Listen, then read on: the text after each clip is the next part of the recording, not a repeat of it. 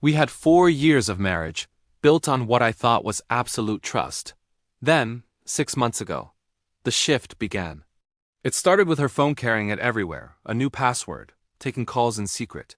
The person beside me was becoming a stranger. It wasn't just the late-night texts she'd quickly hide or the sudden need for privacy in a home we always shared openly. It was a coldness that seeped into our conversations. The warmth was gone, replaced by a polite, distant courtesy. I felt like I was living with a roommate, not the woman I married. I tried to talk to her, asking if everything was okay, but she'd just brush it off, saying I was being paranoid or that she was just stressed from work. But my gut told me something was deeply wrong. I just didn't know how wrong it was about to get. The real alarm bells went off when I saw her at a cafe one afternoon. I was driving by and saw her car, so I pulled over, thinking I'd surprise her. But then I saw her through the window, deep in a hushed, intense conversation on her phone.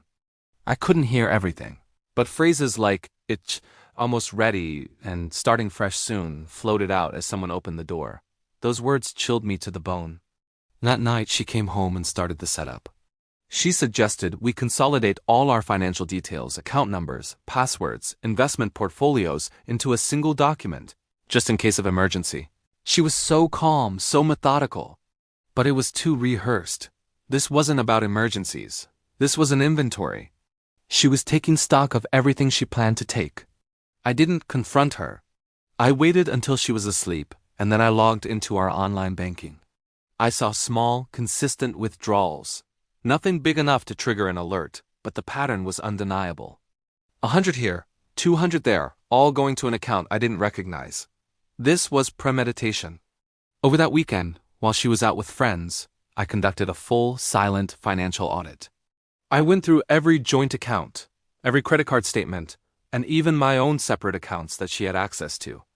I compiled everything into a detailed report, documenting every suspicious transaction, every date, every amount. I had a clear picture of her activity. Only then, armed with hard evidence, did I call a friend of mine who's a lawyer. His advice was clear and immediate. You're in defense mode. Protect what's yours now. My defense was the irrevocable trust. It was a legal fortress. My lawyer explained that once it was established, its assets could not be contested in a divorce, provided it was enacted asterisk before asterisk any legal papers were filed. It was my only move.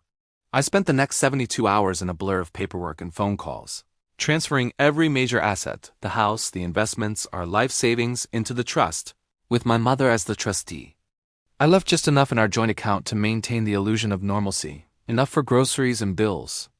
In the days that followed, my wife became unusually cheerful, almost giddy. But she stopped asking about the finances. She assumed her plan was secure. She was just waiting for her moment to strike. That moment came 2 weeks later.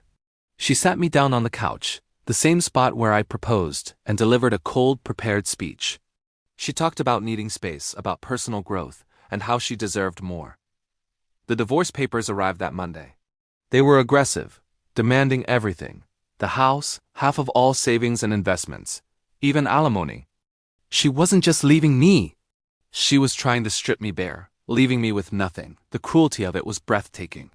She had calculated every move, believing she had an airtight plan to walk away with a fortune I had spent my life building. At the first mediation session, her lawyer was arrogant.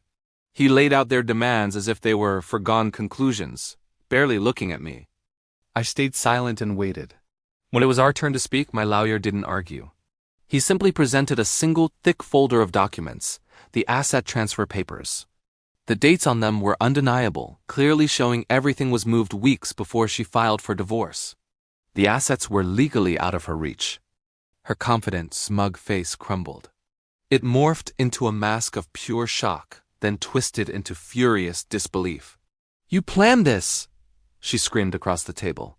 Her lawyer went pale, shuffling through the papers, realizing his entire case had just evaporated. Her plan had failed spectacularly.